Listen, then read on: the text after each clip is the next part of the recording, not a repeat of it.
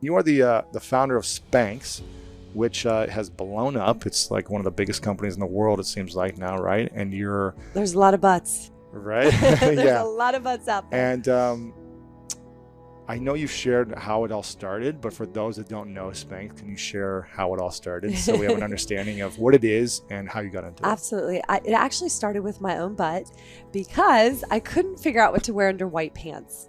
And I'm sure you've had this problem All when the you're time. getting dressed. All the time.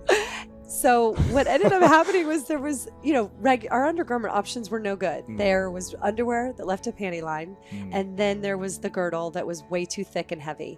And so then they came out with the thong, which just put underwear exactly where we've been trying to get it out of. Right. So that did not Wedgie. help at all. Yeah. And so Spanx was born out of just being a frustrated consumer. I wanted to wear my clothes. I wanted a smooth canvas. I didn't want to see lines or any kind of things going on underneath. So by taking the hosiery material, which was meant to be seen on the leg until Spanx sort of looked at it with a different lens and said, no, I want the hosiery material to actually be what I create the undergarment out of.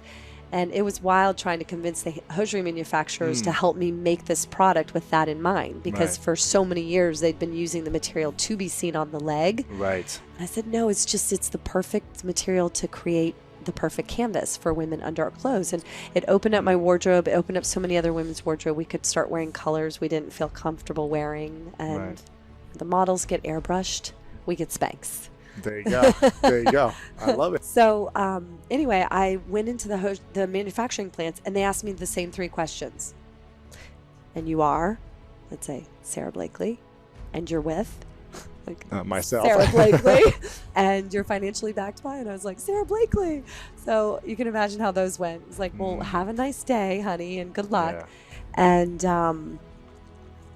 about a few weeks after I made all those rounds, I got a call from a guy in North Carolina who had took pity on me and said, Sara, I've decided to make your crazy idea. Wow. And when I asked him why he had the change of heart, he said, I have 3 daughters. Wow. Yeah, so he ran the idea by them, and they're like, Dad, that sounds interesting. You got to give that girl a chance. Amazing. So he called you back. You didn't follow up with these people. Oh, yeah, I was following up, but Gotcha. to no avail. But he followed up and said, yeah, we'll give it a shot. Yes. We'll make this. So what was the next step? Was he just making a sample for you, or testing different models or sizes? Or Yeah, so it just set up to make the garment. While I was making it with his manufacturing plant, I was also wanting to patent the idea, and I was also trying to come up with the name for the invention. So I was doing those 3 things simultaneously, driving up on the weekends and working with Ted in the back of the manufacturing plant that I'd become very close with. And driving to North Carolina from Florida. No, from Atlanta. I was living in Atlanta at the time. What's that, about 8-hour drive, 6-hour drive? About 4.5. Oh, it's not bad. Okay. Yeah, it's not bad.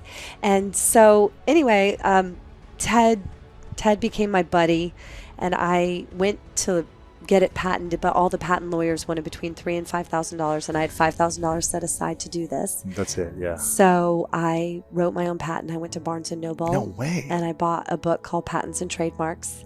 And I wrote the patent, and then I called one of the patent lawyers that was the nicest to me and said, please, will you write the claims over the weekend for a discounted price? I've done all the other rest of the patent. Yeah. The legwork you'd done. Yeah. You just kind of needed to button it up. And you needed to do the legal part. And so he did. I got the patent the first try, and I got the trademark name Spanx. Amazing. Yeah. So it didn't seem like there was that many challenges once you submitted it or whatever. You kind of got the things you needed in place. You got the orders in. Was there a lot of challenges after that? Once you got the patent, the trademark? That was a really hard part. It's just, Gotcha. I heard the word no for 2 years. Oh, yeah, all okay. the manufacturers, nobody thought it was a good idea. Wow. And also when you're just yourself trying to break into an industry like you mentioned, the manufacturers, it's not really in their best interest to slow down machines or try to give a girl with a couple grand a chance. Unless you're going to give them a bunch of money for a big order of something. Yeah, It's like, what's the point? Right. Wow. So that was the hard part. And then once I had it, I cold called Neiman Marcus, and that was the first account I called on. Did you get it? Yes. Well, you were great at sales, Well, so listen, you could sell it. I was so excited. It was my moment. I flew to Dallas. I called them and said, if you give me 10 minutes of your time, I'll come and meet with you. And she said, all right. And this is a buyer? Yep, the buyer. I first called the Atlanta store. They're like, girl, we can't help you. We have a buying office. I'm like, well, where is that? Give me their number. Wow. And I went in, and halfway through my pitch, I could tell I was losing her. So I said, you know what? Will you please come to the bathroom with me?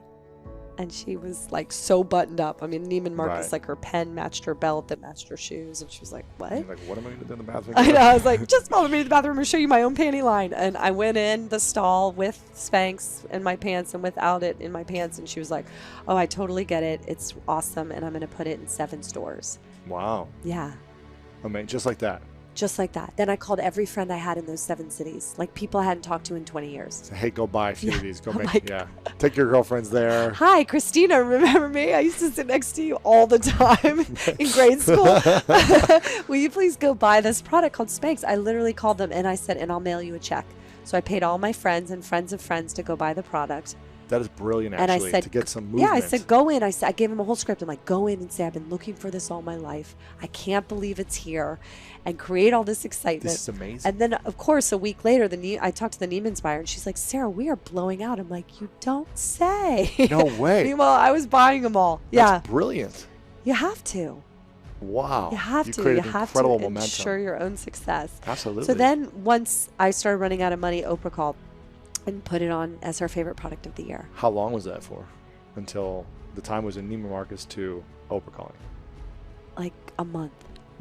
It just happened that quick? A month or a month and a half. How did she even hear about it in a month I and a half? sent it to her in a gift basket.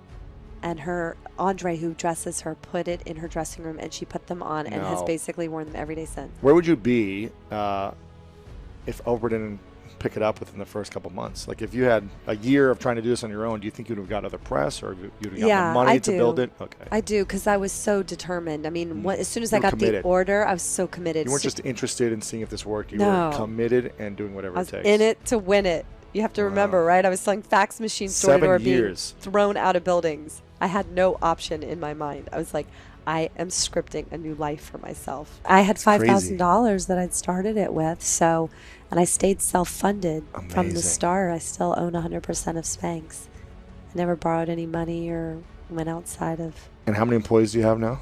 Over 200. 200. Yeah. And based in Atlanta or New York? Atlanta. Mm-hmm. Based in Atlanta. It's amazing. You know, the work-life balance thing is, I am a work in progress. That's my best. I don't have any wonderful advice to dispense. Is that what you say? I wish that I did, but I don't. But I will say the one thing that I feel like has helped me the most is to be kind to myself. So I realized that as a mother, when I became a mom, I spent a lot of mental energy beating myself up. Like, feeling so guilty, and when I was working, I was beating myself up that I wasn't with the kids, and mentally, and when I was with the kids, I was beating myself up with that. So I think a lot of mothers were our own worst enemy, and when I really stopped and said, I don't know how to juggle all this, some days I feel like I'm doing it right, and some days I feel like I just want to cry, at least I made that change, and it was a huge change for me. I just catch myself when I start doing that to myself, and I change it to kindness and forgiveness. As opposed to beating yourself up. Yeah, I'm just like, okay, it's all right. Yeah. And then that helps me stay more present also. Is there a woman or a mother that you really admire, that you see that is doing it gracefully as well, that is a good model for you, or well, one of your friends or moms out there? Yeah, I think any working mom. I mean, when I see working moms, any mom, really, honestly, stay-at-home moms. I mean, it's like, it's a full-time job, no matter how you slice it. It's really impressive. I think women are really incredible. You are. Yeah. I don't know how you guys do it. I like to hire moms because I know that they are unbelievable at multitasking and getting multiple things done. And so the whole journey of Spanx, I really took a feminine approach to it. I mean, I didn't know business. I'd never taken a business class. I didn't have a business plan. I didn't go out and raise VC. So I trusted my gut. I stuck with intuition. I, just did things what felt very, I think traditional business has been very male energy. And so I wanted to see what would happen if I took a very feminine energy approach. How have you handled, kind of the recognition, I guess the fame of the business you've built? I think I don't know the actual stat, but you're like one of the only self-made billionaire women. I think that's like the line or something. You're one of the top 100 most influential people in the world by Time Magazine. How have you handled the exposure and the awareness and all the things that come to you? I believe money just makes you more of who you already were. So if you were kind, you're going to be kinder. If you're a jerk, become a bigger jerk. Right.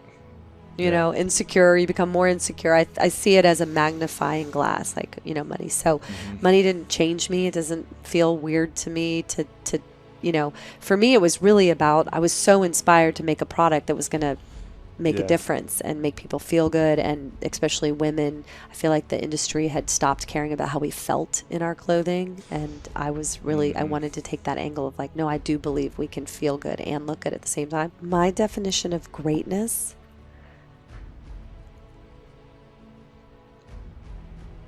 would be going for it no matter what, despite fear, and making the absolute most of the life that you were given, because it's not a dress rehearsal.